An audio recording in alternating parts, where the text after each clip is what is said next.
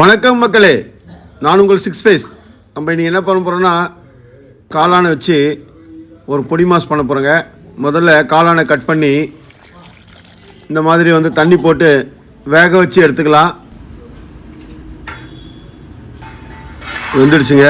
இப்போ என்ன செய்யலாம், அந்த தண்ணியெல்லாம் ஃபில்டர் பண்ணிடலாங்க.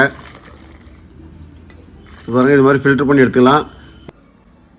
இதுக்கு தேவையானது வெங்காயம், தக்காளி, பச்சை மிளகா, கறிவேப்பிலை, கொத்தமல்லி, 5 முட்டை.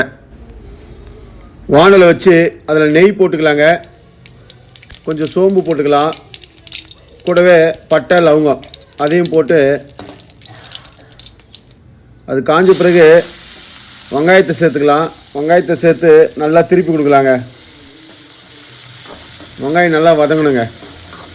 நமக்கு இதில் நெய் யூஸ் பண்ணுறோம். பச்சை மிளகாய் சேர்த்து வதக்கிடலாம். இப்போ என்ன செய்யலாம், நல்லா வதங்கிடுச்சு. இப்போ தக்காளியும் சேர்த்து நல்லா வதக்கி எடுத்துக்கலாங்க. கூட இந்து உப்பு, நம்ம இப்போ இதில் இந்தி உப்பு தான் யூஸ் பண்ணுறோம். தக்காளி போட்டோன்னே உப்பு போட்டோன்னு வச்சுங்களேன், தக்காளி நல்லா வதங்கிடுங்க. அதுக்காக தான் எப்போவுமே நம்ம தக்காளி போடும்போது உப்பு போடுறது. இஞ்சி பூண்டு சேர்த்துக்கலாங்க. சேர்த்து நல்லா வதக்கலாங்க. பாருங்கள், நல்லா வதக்கி எடுப்போம்.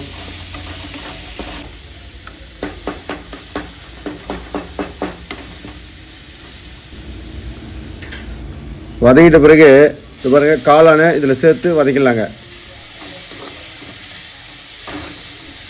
காளான்னு சொல்கிறோம், இதில் ஒரு பேர் மஷ்ரூம் சொல்லுவாங்க.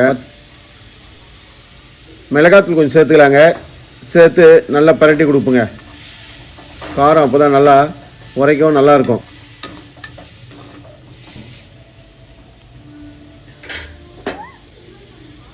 அவ்வளோதாங்க, வதங்கிடுச்சு. தண்ணி சேர்த்துக்கலாங்க. தண்ணி சேர்த்து நல்லா கொதிக்க விடலாங்க.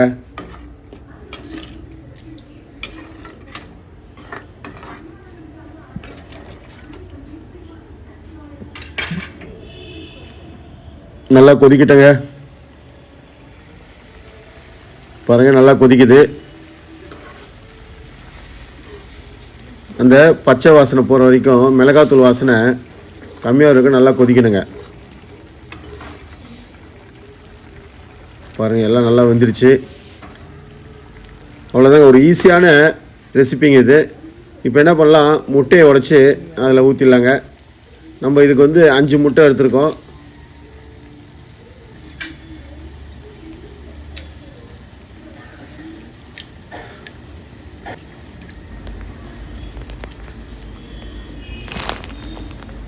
அவ்வளோதாங்க, இதை நல்லா கலக்கி விட்டுருலாங்க.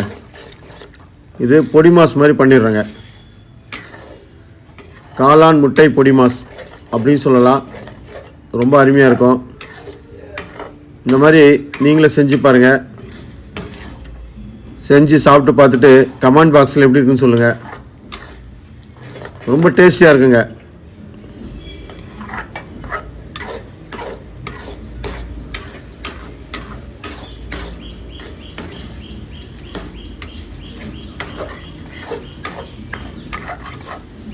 இதை ட்ரையாகவும் நம்ம ஃப்ரை பண்ணி சாப்பிட்லாம். இல்லை இந்த மாதிரி அளவும் எடுத்து சாப்பிட்லாங்க. இந்த மாதிரி எடுத்தோம்னா சப்பாத்தி, பரோட்டாக்கெல்லாம் தொட்டுக்கலாங்க. கொஞ்சம் ட்ரையாக எடுத்துட்டோம்னா சாதத்து கூட சேர்த்து சாப்பிட்லாங்க.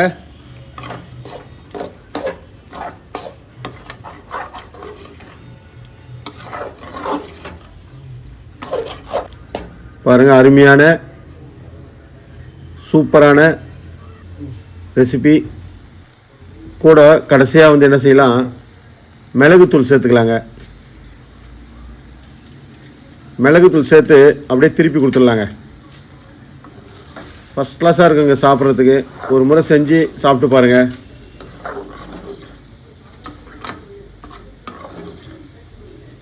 கறிவேப்பிலையை சேர்த்துக்கலாங்க. கொஞ்சம் கொத்தமல்லியை சேர்த்துக்கலாம்.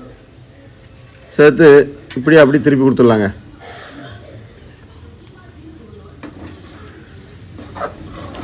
காளான் முட்டை பொடி மாஸ் ரெடி ஆகிடுதுங்க.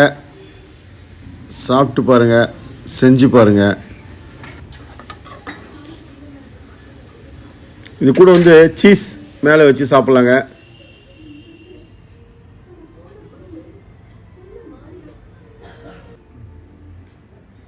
பசங்களுக்கெல்லாம் ரொம்ப பிடிக்குங்க. குழந்தைங்களாம் நல்லா விரும்பி சாப்பிடுவாங்க.